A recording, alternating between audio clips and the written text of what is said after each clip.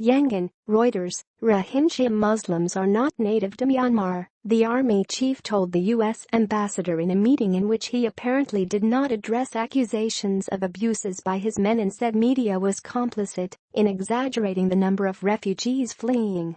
Myanmar Commander-in-Chief Senior General Min Aung Hlaing, second leaders, attends an event marking the 70th anniversary of Martyrs' Day at the Martyrs Mausoleum dedicated to the fallen independence heroes in Yangon, Myanmar, July 19, 2017. Reuters. Soe Zeya Tun files. The UN Human Rights Office said on Wednesday Myanmar forces had brutally driven out 500,000 Rohingya from northern Rakhine state to Bangladesh in recent weeks, torching homes, crops, and villages to prevent them from returning. Thousands of Rohingya were leaving the state on Thursday, aiming to reach Bangladesh by boat, citing a shortage of food and fear of repression, residents said. A Myanmar official said people were leaving, but he dismissed the suggestion hunger and intimidation were factors. The Army Chief Senior General Min Aung Hlaing gave his most extensive account of the Rohingya refugee crisis aimed at an international audience in the meeting with Ambassador Scott Marcial, according to a report posted on his Facebook page. The general is the most powerful person in Buddhist-majority Myanmar, and his apparently uncompromising stance would indicate little sensitivity about the military's image over a crisis that has drawn international condemnation and raised questions about a transition to democracy under Nobel laureate Aung San Suu Kyi. The military campaign is popular in Myanmar, where there is little sympathy for the mostly stateless Rohingya and where Buddhist nationalism has surged. Min Aung Hlaing, referring to Rohingya by the term Bengali, which they regard as derogatory, said British colonialists were responsible for the problem. The Bengalis were not taken into the country by Myanmar, but by the colonialists, he told Marcial, according to the account of the meeting posted on Thursday. They are not the natives. Coordinated Rohingya insurgent attacks on some 30 security posts on August 25 sparked a ferocious military response.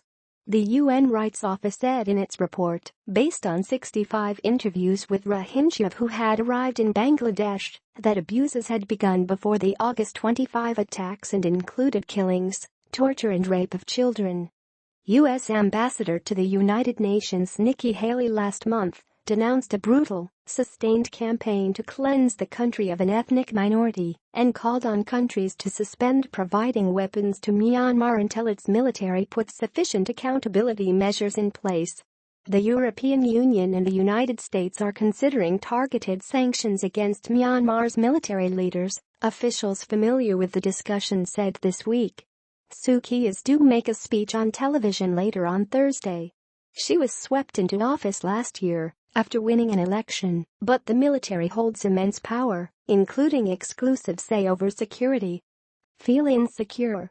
UN High Commissioner for Human Rights Zeid Ra'ad Al Hussein has described the government operations as a textbook example of ethnic cleansing and said the action appeared to be a cynical ploy to forcibly transfer large numbers of people without possibility of return. Min Aung Hlaing did not refer to such accusations, according to the published account, but said the insurgents had killed 90 Hindus and 30 Rohingya linked to the government. Insurgent opposition to a citizenship verification campaign, which used the term Bengali, was behind the August 25 attacks that sparked the violence, he said. Local Bengalis were involved in the attacks under the leadership of Arsa. That is why they might have fled as they feel insecure, he said, referring to the Arakan Rohingya Salvation Army insurgents. The native place of Bengalis is really Bengal, he said. He said it was an exaggeration to say a very large number were fleeing to Bangladesh, and there had been instigation and propaganda by using the media from behind the scene. He did not elaborate, but said the real situation had to be relayed to the international community. UN Political Affairs Chief Jeffrey Feltman is due to visit on Friday. Rohingya residents of Rakhine said up to 10,000 people had left over 2 days. I've seen a lots leaving, on motorbikes, on foot, said one. Another, a teacher, said there had been no military offensive recently, but people were going. "There's no work, nowhere to get food and the government isn't helping," said the teacher, who, like the first resident, declined to be identified.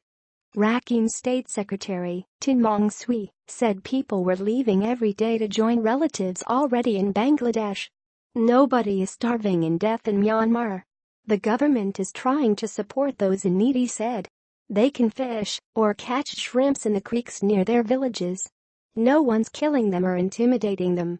Min Aung Hlaing repeated a promise from Suu Kyi that refugees would be accepted back under an agreement with Bangladesh in the early 1990s. But many refugees doubt their chances of going home, fearing they will not be able to prove their right to return.